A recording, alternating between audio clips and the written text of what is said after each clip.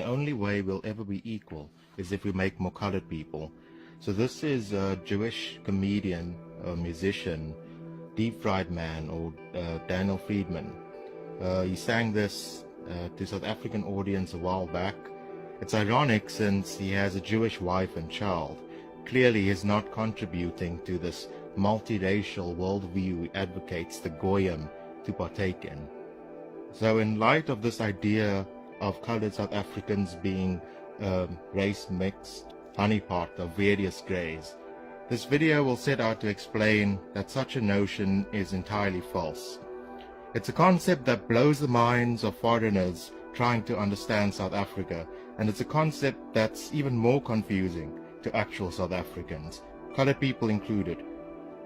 I, as Car Blunder's token colored co-host, will give the quick rundown. In South Africa, racial classification defined 4 races. Blacks, that I will now refer to as Bantus throughout the video, then coloreds, Indians, and whites. It's critical to understand that coloreds are not, as many are led to believe, simply a mulatto group resulting from occasional Bantu white race mixing. Trevor Noah is such an example, with a Swiss Jew father and a Xhosa mother. In fact, coloreds actually have a set origin from the 17th and 18th centuries, very much distinct from the Bantu groups of South Africa.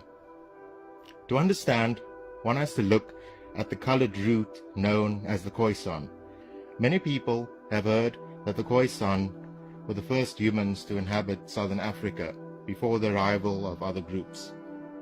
However, what is usually misunderstood is the reality of who the Khoisan and their sister groups are.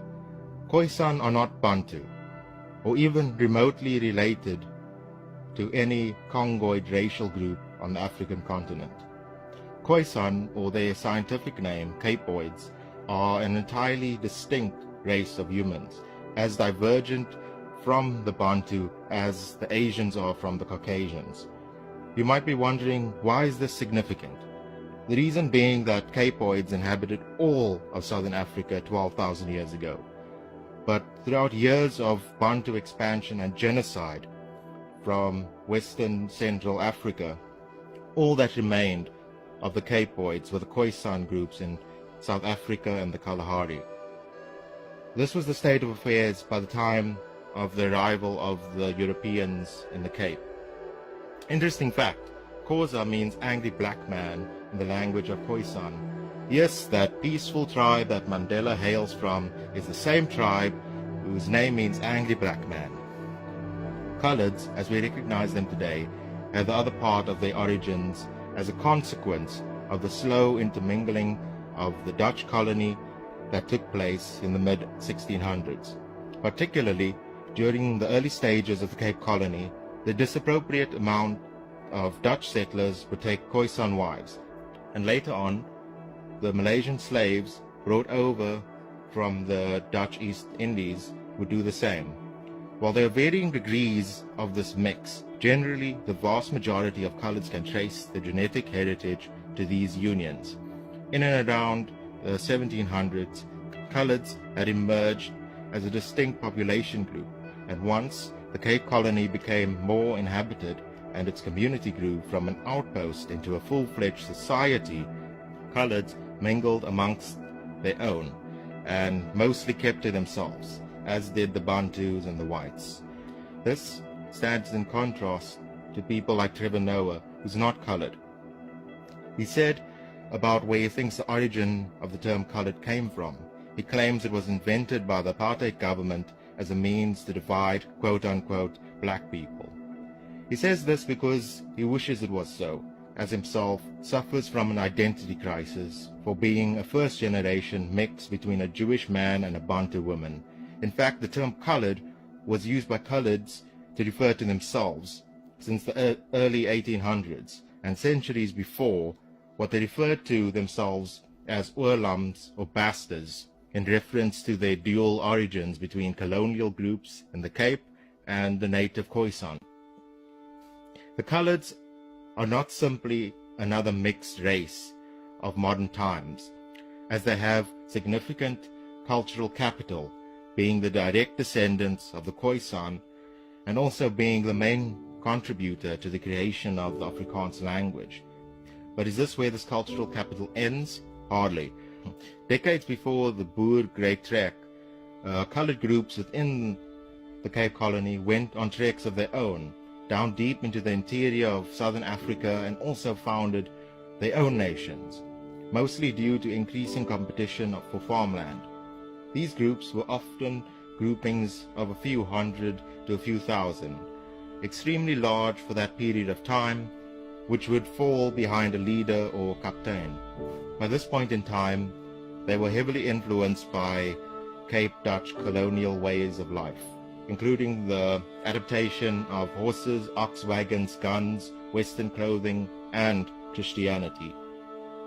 These groups essentially spread the Afrikaans language amongst the remaining Khoisan on the frontiers of the colony and assimilated many of them into their communities. The reason for adopting Afrikaans was because it was a literary language. Today, only some very isolated and tiny groups of Khoisan within the Kalahari do not carry any traces of this integration and still speak only exclusively Khoisan languages. Outside of Cape Town, the near entirety of the Cape is a homogeneous block of colored Afrikaans speakers stretching from Port Elizabeth all the way to Windhoek in Namibia. During this trekking period, this frontier was much like the Wild West of the Americas, with outlaws and bandits as well as horsemanship and gunfights. One of the most significant colored groups that emerged during this period were the Griqua and Basta people respectively, who founded city-states in both modern South Africa and Namibia. These were states like Griqualand, west centered around Griquastad, and Griqualand East centered around Kokstad, and also Velopolis and Rehoboth. With the exception of the Bastards that functioned under an elective system of government, the rest of these colored nations functioned under a monarchical system of government, with a leader reigning until his death and leadership passed down to the firstborn son. A lot more details about the individual city-states exist in the history books and on the web for you to do research on your own time. But to summarize, they had functioning governments, legal systems, currencies, etc., just like the early Boer republics. And much in the same fashion of the demise of the Boer republics, these colored Griqua states were annexed by the British once minerals like diamonds were discovered. When a beloved captain, Adam Cook III, was buried, his bones declared he was the last colored king. However, despite being annexed, many colored communities claim to still adhere to the Griqua mindset and culture today. The Griqua National Conference was established in 1904 and adapted an anthem which draws heavily from the Christian hymns. The Griqua flag, created in 1934 and resembles an inverse version of the Transvaal flag with the symbol of the Kanidoot, which holds cultural significance to the Griqua people. The coloureds who remained in the Cape Colony came to be known more colloquially as the Cape Coloureds or the Cape Malays in regards to those who predominantly practiced Islam. All this history is problematic for the Bantu people in South Africa because the original people of South Africa exist and hold much more claim to the country than they do. However, BEE laws favor Bantus over coloureds, and Khoisan languages like Nama aren't even recognized as official. Having a mixed origin does not discredit all of this cultural capital. Afrikaners or Boers also boast a mixed heritage of descendants of Germans, French, Dutch, and other groups, but they have a defined and distinct culture. In the same manner, coloureds also are distinct, but their culture has been marginalized, which has led to a vacuum being filled by gangsterism and pop culture. I reiterate the fact that the Afrikaans language exists thanks to the overwhelming contribution from coloureds, which is why AfriForum made the argument they did during the attack on the Afrikaans language at Stellenbosch University. This argument, however, didn't persuade the university, who continued with the removal of arguably the only truly South African-born language, unlike Bantu languages and English. Due to the admixture of just a few hundred years ago, you get this range of what colored people look like. Some look like the spitting image of the Khoi in a historic textbook, while others look like they migrated straight from Malaysia. Not only this, but the almost impossible managed to happen. A population with 50-50 Christian-Islam split within the Cape is able to live peacefully without any conflict. The reason this is possible is because of a single unifying culture, which is not dependent on religion. It's why every colored family has a roti or biryani recipe, despite not all being Muslim.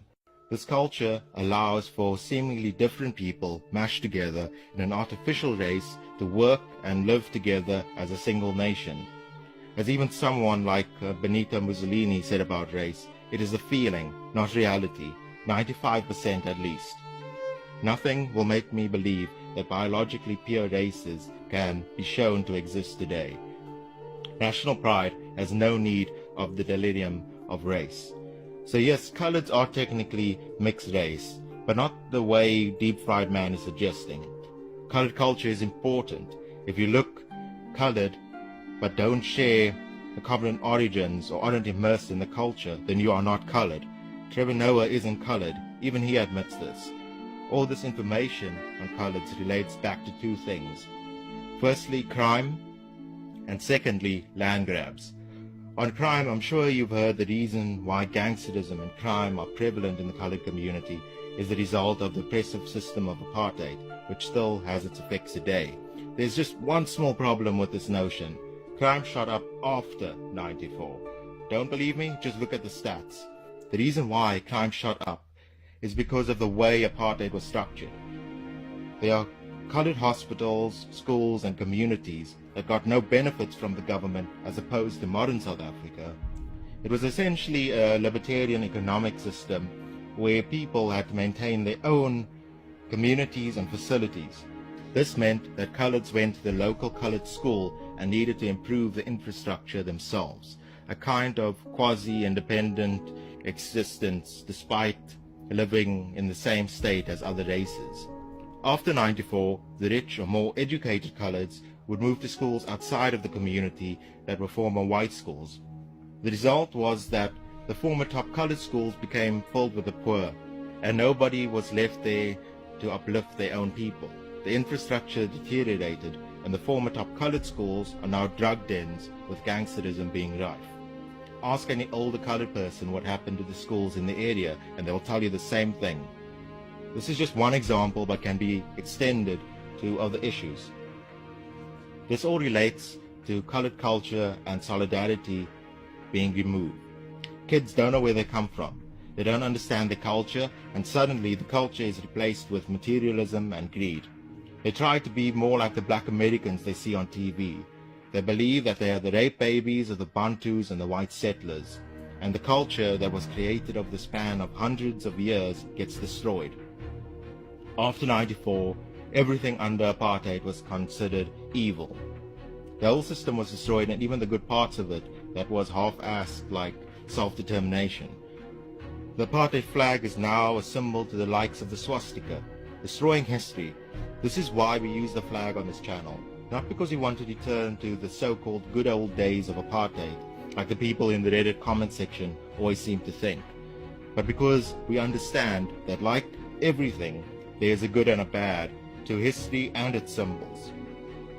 The good, with the old South Africa, gets downplayed, while the bad gets exaggerated.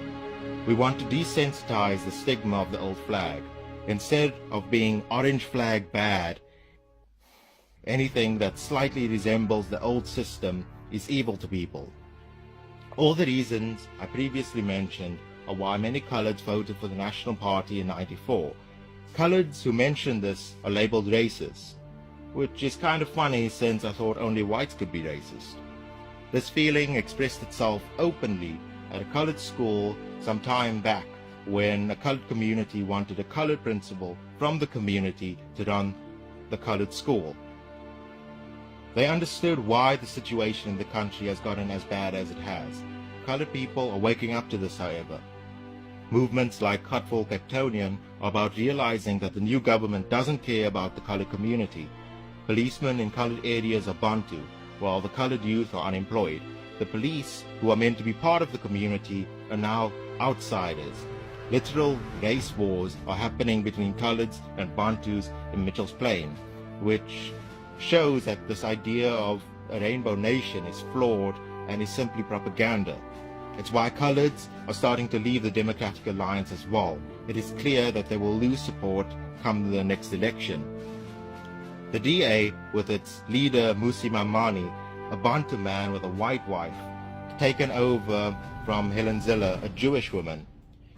The DA espouses multiculturalism, socialism, and pro-Bantu affirmative action policies in order to gain Bantu votes. This simply won't do it for colored people. This is literally the embodiment of everything wrong in this country. Musi is the same guy who fired Lil and claims coloreds will still vote DA. He is delusional. I'm definitely not voting for the DA, and I know many other coloreds are doing the same. So now in the comment section I can already see some black or Jewish intellectuals saying, the colored people have had their minds colonized and stick to the old system of their oppressors. The truth is, this is not the case. Certain things were better under the old government. Understanding that certain things were better and returning to specifically the things that worked is how we improve this country. We need an honest reflection on where we fucked up and where we are heading, not double down on misinformation. Okay, so lastly, land grabs. The Bantu BLF, or Black First, Land First, ignore the coloreds, despite a good majority being the original people of South Africa. They want whites to go to Europe, and it won't be long before they'll say the same to Indians and coloreds. Despite what they claim, no one dares say to them to go back to the Congo. If you run an ad like that, they'll shut it down faster than you can go to Nando's. A divided and disillusioned group with no sense of their roots is easier to control. This is what the multiculturalism agenda is all about, and coloreds are wrongfully being used as the convenient poster child in the same manner the United States is portrayed as quote-unquote nation of immigrants or melting pot. The colored youth increasingly don't speak Afrikaans, and they don't know their culture. They've been taught to hate the so-called language of the oppressor, the language they invented. They've been taught to hate themselves, all while black empowerment is growing, and this needs to change.